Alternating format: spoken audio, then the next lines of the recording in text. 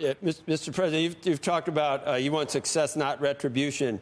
The Justice Department now tapping a grand jury to look into the intelligence community's assessment of what was happening with Russia. Is that you have nothing to do with directing the Justice Department? No, I have nothing to do. Pam is doing a great job. I have nothing to do with it. I will tell you this.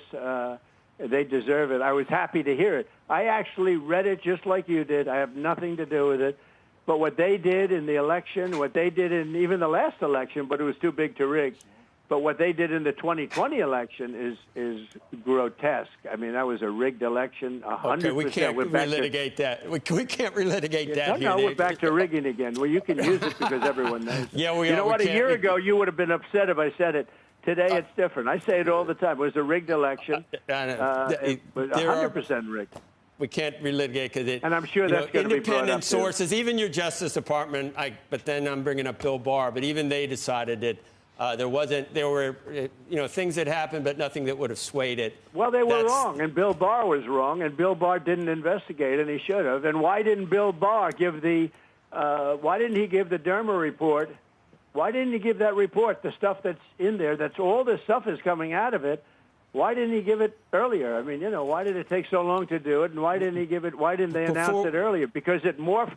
What happened is it morphed into the Biden administration, and the Biden administration buried it. So it's too bad. How about Texas? Now we're going to do mid-year or midterm gerrymandering based on that's going to be a quid pro quo or something with in blue states now, Mr. President. Did you? Well, they did it to us. Those blue states that you're talking about.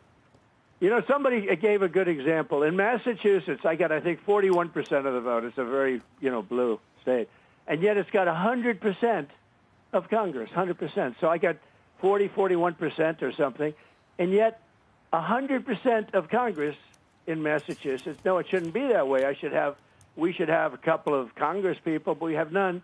And think of this, 100%. In Illinois, where you have probably the dumbest of all governors, Illinois, that guy is really the business is flowing out of his state. It's terrible.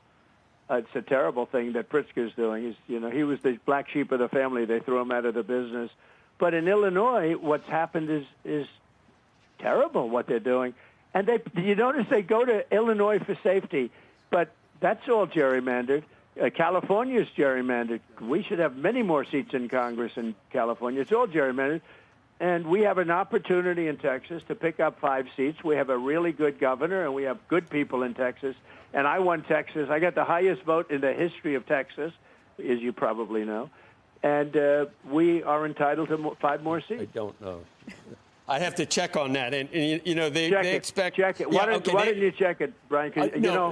The fact checkers expect us to check everything you say on the phone. I want you to check it. But for 4 years, those fact checkers didn't fact check anything that was said about. We don't need to relitigate that either, but they expect fact checking immediately. Joe, why don't you check it, okay? Because I'd like you to. I got the highest vote in the history of Texas, okay?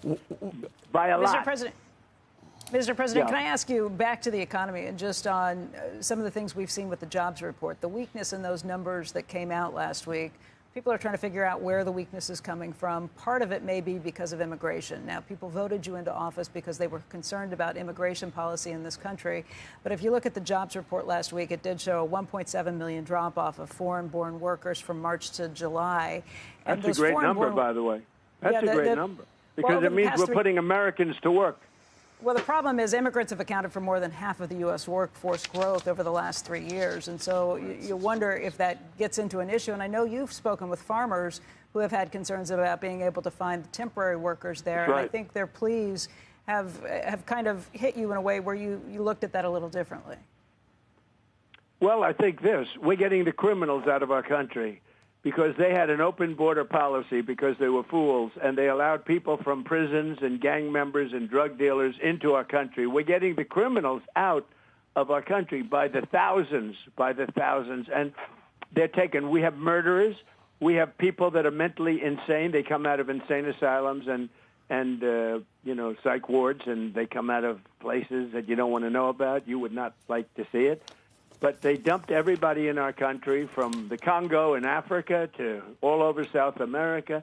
They dump millions of people into our country that are dangerous people, and I'm getting them out. I'm working with the farmers, however, and the farmers have been great.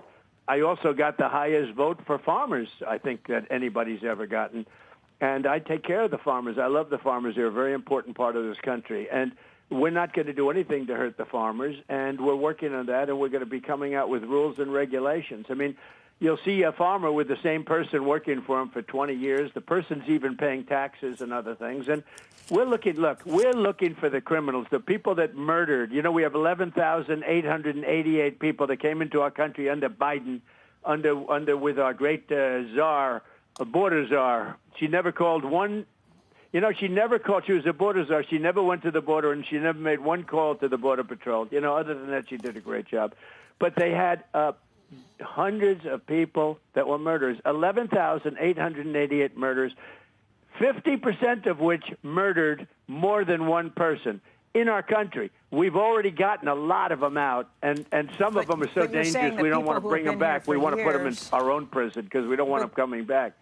But they allowed 11,888 murderers, many of which murdered more than one, into our population, and we're getting them out rapidly. But Mr. President